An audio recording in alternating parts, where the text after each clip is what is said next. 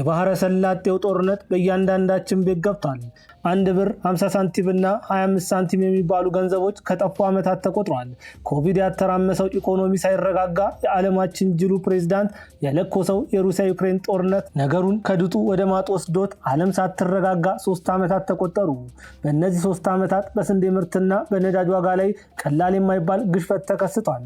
ዓለም ይህንን የቤት ስራዋን አስተካክላ ሳትጨርስ ቴል አቪቭ እና ዋሽንግተን በጋራ ሆነው በቴህራን ላይ የከፈቱት ጦርነት በኢትዮጵያ ኢኮኖሚ ላይና ማህበራዊ መስተጋብር እንዲሁም በፖለቲካው ላይ ከፍተኛ ተጽዕኖ የሚፈጥር ሲሆን ለሩሲያ ደግሞ ታላቅ በረከትን ይዞ መጥቷል።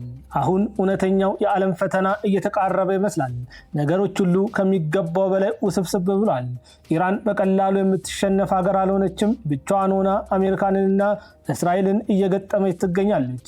16 ቀናት ያስቆጠረው ይህ ጦርነት በሺዎች የሚቆጠሩ ነፍሶችን የበላ ሲሆን በበርካታ ሀገራት የሚገኙ መሰረተ ልማቶች እየወደሙ ይገኛሉ። የጦርነቱ ወላፈን በመካከለኛው ምስራቅ ብቻ ሳይገታ እሳቱ አድማሳትን አካሎ በርካታ የዓለም ሀገራትን እያመሰ ይገኛል። በዚህ ወላፈን ከሚገረፉት ሀገራት መካከል አንዷ የሆነችው የአፍሪካ መዲናና የምስራቅ አፍሪካ ምልክት የሆነችው ኢትዮጵያ ስትሆን በጅቡቲ ወደብ አድርጎ ወደ ሀገሯ የሚገባው ነዳጅ በባህረ ሰላጤው ሀገር ኢራን አማካኝነት በተዘጋው የሆርሙዝ ወሽመጥ ምክንያት ወደ አዲስ አበባ የሚመጣው ነዳጅ ላይ ትልቅ እንቅፋት ተደቅኗል።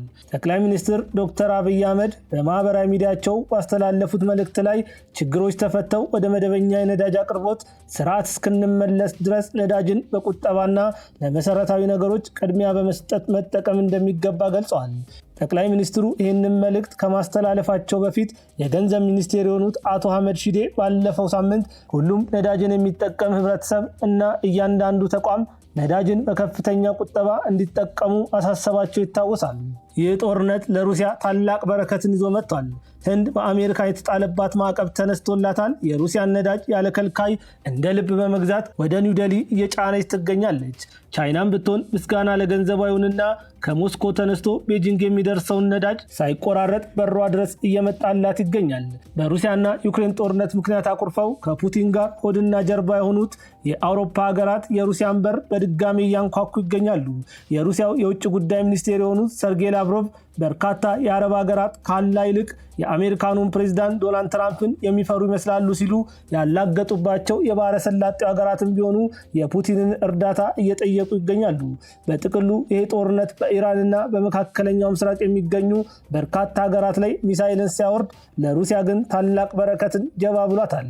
ይህንን የተረዱት የኢትዮጵያው ጠቅላይ ሚኒስትር ዶክተር አብይ አህመድ ለህብረተሰባቸው ነዳጅን በቁጠባ መጠቀም ይኖርብናል የሚል መልእክትን ካስተላለፉ በኋላ በቀጥታ ወደ ሞስኮ በመደወል ከቭላዲሚር ፑቲን ጋር በሁለትዮሽና በቀጠናዊ እንዲሁም በአህጉራዊና ዓለም አቀፋዊ ጉዳዮች ላይ ውጤታማ ውይይት ማድረጋቸውን ገልጸዋል።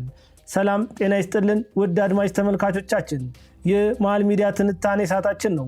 በዛሬው ትንታኔያችን ላይ በመካከለኛው ምስራቅ የተፈጠረው ጦርነት ትንሹን የኢትዮጵያ የሚኒባስ ትራንስፖርት ወደ 15 ብር መውሰዱንና ተያይዞ የሚመጡ ኢኮኖሚያዊ ችግሮችና መንግስት መውሰድ የሚገባውን እርምጃ ከዓለም አቀፋዊ እውነታ ጋር በማነጻጸር የምንዳስስ ይሆናል። ትንታኔውን በማጠናቀርና በማቅረብ እኔ ቢንያም ከድር አብሬያችሁ የምቆይ ይሆናል። ከአፍታ ቆይታ በኋላ ስንመለስ በቀጥታ ወደ ትንታኔው የምናልፍ ይሆናል። እስከዚያው ሚዲያችንን ሰብስክራይብ፣ ትንታኔውን ደግሞ ላይክና ሼር ማድረጎትን አይዘንጉ። በዚህ አማራጭ በበዛበት የሪል ስቴት ገበያ የእርሶ መስፈርት ምንድነው? እኛም የብዙዎች ተቀዳሚ መስፈርት በሆነው እንግሊዝ ኤምባሲ ተገኝተናል። ሰመር ሪል ስቴት ሴቶች አደባባይ በሰራው ታላቅ ስራ ብዙዎች ምርጫቸው አድርገውናል። በቀጣይ በርካታ ኤምባሲዎች በሚገኙበት የዲፕሎማት መንደር በሆነችው እንግሊዝ ኤምባሲ አቅራቢያ በእናንተ በደንበኞቹ ጥያቄ መሰረት ለሽያጭ ያቀረብናቸውን አፓርትመንቶች ሽያጭ ልናጠናቅቅ ጥቂት ቤቶች ብቻ ቀርተውናል። ታዲያ ከባለ 2 እስከ ባለ 4 መኝታ ቤቶችን ለሽያጭ ያቀረብን ሲሆን እስከ 37% በሚደርስ ልዩ ቅናሽም እየሸጥን እንገኛለን። ቀስ ብሎ መክፈል ለሚፈልጉ ደግሞ በካሬ 88 ሺህ ብር እንዲሁም 10% ቅድመ ክፍያ በግንባታ ሂደት የሚከፍሉ ይሆናል። በተጨማሪም 50% የባንክ ብድር አዘጋጅተንላችኋል። ያስተውሉ፣ ይህ ቅናሽ የሚያገለግለው ቀድመው ለሚመጡ 10 ደንበኞች ብቻ ስለሆነ ፈጥኖ በ0904 177888 አሊያም በ0904 24 4888 ላይ ይደውሉ። ከዕለት ወደ ዕለት እየተባባሰና እየተወሳሰበ በመጣው የመካከለኛው ምስራቅ ጦርነት ላይ የሆርሙዝ ወሽመጥን ለማስከፈት የኔቶ አባል ሀገራትና ሌሎች ጉዳዩ የሚያስጨንቃቸው ሀገራት ከአሜሪካንና ከእስራኤል ጎን ተሰልፈው ኢራን ላይ እርምጃ እንዲወስዱ ትራምፕ የጠየቁ ሲሆን የዩናይትድ ኪንግደም ጠቅላይ ሚኒስትር የሆኑት ኬር ስታርመር እኛ እንግሊዛውያን ሙሉ ለሙሉ ወደዚህ ጦርነት ተስበን አንገባም፣ ይሁን እንጂ የሆርሙዝ ወሽመጥ እንዲከፈት ከአጋር ሀገራት ጋር እንሰራለን ሲሉ ተናግረዋል። ሰውየው ጦርነቱ በዩናይትድ ኪንግደም ላይ የሚያስከትለውን ኢኮኖሚያዊ ተጽዕኖ በሚገባ የገመገሙ ይመስላሉ። ከአሜሪካንና እስራኤል ጎን ተሰልፈው ኢራንን ከመውጋት ይልቅ ከአጋር ሀገራት ጋር በጋራ መቆምን መርጠዋል። ጃፓንና አውስትራሊያም ለትራምፕ ጥሪ ጀርባቸውን የሰጡ ሲሆን ወይ እናሸንፋለን አሊያም ደግሞ እንሸነፋለን፣ እኛ ኢራናውያን እጅ መስጠት አናቅም፣ የመሪዎቻችንን ሞት ሳንበቀል ከአሜሪካንም ሆነ ከእስራኤል ጎን ተቀምጠን ማውራትን አንሻም ያሉት የኢራን እስላማዊ አብዮታዊ ዘብ ኦፕሬሽን ትሩ ፕሮሚስ 4 በተሰኘው ዘመቻ በቴል አቪቭ እና በቤንጎሪዮን አየር ማረፊያ ውስጥ በሚገኙ የተለያዩ ተቋማትን ኢላማ ያደረጉ 55 ዙር የድሮንና የሚሳይል ጥቃቶችን መፈጸማቸውን ገልጸዋል። ቀይ ባህርን በ60 ኪሎ ሜትር ርቀት ሆና የምትመለከተው የዛሬዋ ኢትዮጵያ እንዳሁኑ የየብስ እስረኛ ከመሆኗ በፊት ከዚህ ባህር ጋር የሺህ ዓመታት የጠበቀ ግንኙነት ነበራት። ይህ ቦታ የጥንቷና መካከለኛዋ እንዲሁም ዘመናዊቷ ኢትዮጵያ የኢኮኖሚዋን መሰረት የጣለችበት፣ የጂኦፖለቲካዊ ከፍታን ያሳየችበት ታላቅ ስፍራ ነበር። ይህ ቦታና ኢትዮጵያ በፍጹም ባዳ ሆነ አያውቁም። ለዘመናት ከባህሩ ዳርቻ በሚነፍሱ ንፋሳት አማካኝነት የስልጣኔዋን መዓዛ ለዓለም ስታስተዋውቅ ኖራለች። ተፈጥሮ ኢትዮጵያን አልበደለቻትም። ልጆቿ ግን ኢትዮጵያን ከጀርባ ወቅቷታል። አንገቷን በስለት ሳይሆን በደፍ ቆርጧታል። በሚሊዮን የሚቆጠሩ ልጆቿ ሕግን መሰረት ባላደረገ መልኩ ዛሬም ድረስ የታሪክ ድርሳናት የሚመሰክሩለትን የአሰብ ወደብን አጥተው የዶላር ወደብ ጥገኛ ከሆኑ 34 ዓመታት ተቆጥረዋል። ይህንን በደል ለማጥፋትና ለማካካስ እየሰራች የምትገኘው ኢትዮጵያ በመካከለኛው ምስራቅ የተፈጠረው ጦርነት ሌላ ትልቅ ማዕበል ይዞባት መጥቷል።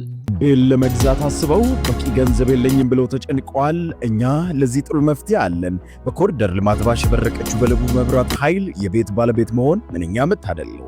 ከስቱዲዮ 57 ካሬ እስከ ባለ 4 መኝታ 295 ካሬ እንዲሁም በሱቅ አማራጭ ከ26 ካሬ እስከ 143 ካሬ ድረስ በ10% ቅድመ ክፍያ ቀሪውን 30% ቤቱን እስኪረከቡ ቀስ እያሉ ይከፍላሉ። እኛ ቀሪውን 60% የረጅም ጊዜ ምቹ በሆነ ከወለድ ነፃ እንዲሁም በዝቅተኛ ወለድ የባንክ ብድር አከፋፈል አመቻችተንልዎታል። ግንባታቸው 85% አሊያም ከ30% እስከ 50% የደረሱ ቤቶችን እኛ እንደርሶ ፍላጎት ልናስተናግዶ በካሬ እስከ 7000 ብር ወይንም ከ1.5 ሚሊዮን እስከ 4 ሚሊዮን ብር ቅናሽ አድርገን እየጠበቅኖት ነው። ለበለጠ መረጃ ስክሪኑ ላይ ባለው ስልክ ይደውሉልን። ዲኤምሲ ሪል ስቴት፣ ደስታው እዚህ ይጀምራል። ኢትዮጵያ ላለፉት 7 ዓመታት ከባባድ መከራዎችን አልፋለች። ሁሉም ነገሮች እጅግ ፈታኝና ወገቧን የሚያጎብጡ መዓቶች ነበሩ። እነዚህ የኢኮኖሚ ስብራቶች በኢትዮጵያ መንግስት መስራት አለመቻል የመጡ ሳይሆን ዓለም ከገባችበት ከባባድ ውጥንቅጦች የተቀዳ ነው። በዓለም ላይ ታይቶ የማይታወቅ የሞት ማዕበልን ያመጣው የኮቪድ-19 ወረርሽኝ እንኳን የኢትዮጵያን፣ የአሜሪካን፣ የሩሲያንና የቻይናን ኢኮኖሚ እንክትክት ያደረገ ሲሆን ዓለም ከዚህ ውጥንቅጥ በስርዓቱ ሳታገግም የሩሲያና ዩክሬን ጦርነት ተከሰተ። ይህ ጦርነት በዓለም ላይ ስንዴን ኤክስፖርት በማድረግ ቀዳሚ ደረጃ የምትመደበው ዩክሬን ስንዴን ኤክስፖርት እንዳታደርግ አደረጋት። ይህ ደግሞ የዓለምን የምግብና የማዳበሪያ ዋጋ ከፍ ብሎ ሰማይ እንዲነካ አደረገው። ኢትዮጵያ ስንዴ ማምረትን ዓላማው አድርጋ በተነሳችበት ወቅት ደግሞ ህወሓት በለኮሰው ጦርነት ኢትዮጵያ 2 ዓመታትን በጦርነት አዙሪት ውስጥ ወድቃ የሀገር ኢኮኖሚ ሌላ ስብራት ውስጥ ገባ። የፕሪቶሪያው ስምምነት የትግራዩን ጦርነት ቢያስቆመውም ከሰሜኑ ክፍል ራሱን ፋኖ ሲል የሚጠራው ቡድን በላሸቀውና በተሰባበረው ለመንሰራራት ጥረት እያደረገ በሚገኘው ኢኮኖሚ ላይ ዛሬም ድረስ ያላባራ ጦርነት ይዞ ተነሳ። እነዚህ ተከታታይ ሁነቶች የኢትዮጵያን ኢኮኖሚ በከፍተኛ ደረጃ ያደቀቁ ሲሆን ዛሬ ላይ 10 ብር ምንም መግዛት በማይችልበት ደረጃ ላይ ደርሶ 1 ብር 50 ሳንቲም እና 25 ሳንቲም ደግሞ ታሪክ ሆኖ ቀርተዋል። ከገባንበት የኢኮኖሚ ስብራት ለመውጣት ዳዴ እያልን ባለንበት በዚህ ሰዓት ደግሞ እስራኤልና አሜሪካን በኢራን ላይ የበላይነት ለመውሰድ የጀመሩት ጦርነት በቀይ ባህር ላይ ትልቅ ስጋትን ደቅኗል። ይህ ስጋት ኢትዮጵያ ከውጭ የምታስገባውን ነዳጅ ብቻ ሳይሆን ወደ ውጭ የምትልካቸው ምርቶች እንዳይተላለፉ የብረት በር ሆኖ እንደ ጅብራ ፊት ለፊት ቆሞ ይገኛል። ይገኛል። ከሶስቱም ሀገራት ፍላጎት አንጻር ይህ ጦርነት በጊዜ የማይጠናቀቅ ከሆነ ኢትዮጵያ ከፍተኛ የኢኮኖሚ ስብራት ውስጥ ትገባለች።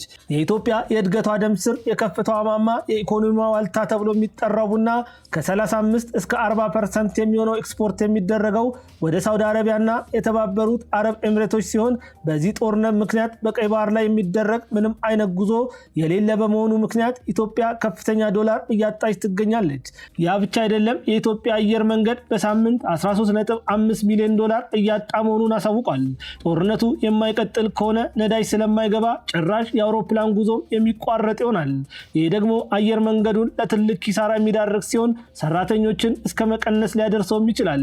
ኢትዮጵያ ኤክስፖርት ማድረጓን ባቆመች ቁጥር በቢሊዮን የሚቆጠር የውጭ ምንዛሬዎችን የምታጣ ይሆናል። ይሄ ደግሞ የኢኮኖሚውን የስብራት ክፍተት የሚያሰፋ ይሆናል። ሌላኛው ትልቅ ችግር ደግሞ እስካሁን ባለው ጦርነት ምክንያት በበርሜል $75 የነበረውን የነዳጅ ዋጋ ወደ $100 ከፍ ያደረገው ሲሆን እንደ ባለሙያዎች ገለጻ ጦርነቱ የሚቀጥል ከሆነ የነዳጅ ዋጋ እስከ $150 ሊደርስ ይችላል የሚል ግምት አለ። ይህ ከሆነ ኤክስፖርት ያቋረጠችው ኢትዮጵያ ነዳጅ ለመግዛት የውጭ ምንዛሬ የሚያጥራት ይሆናል። ቀጠናው በጦርነት እየታመሰ የሚቀጥል ከሆነ በማዳበሪያ ላይ ሌላ ከፍተኛ እጥረት ሊያስከትል ይችላል።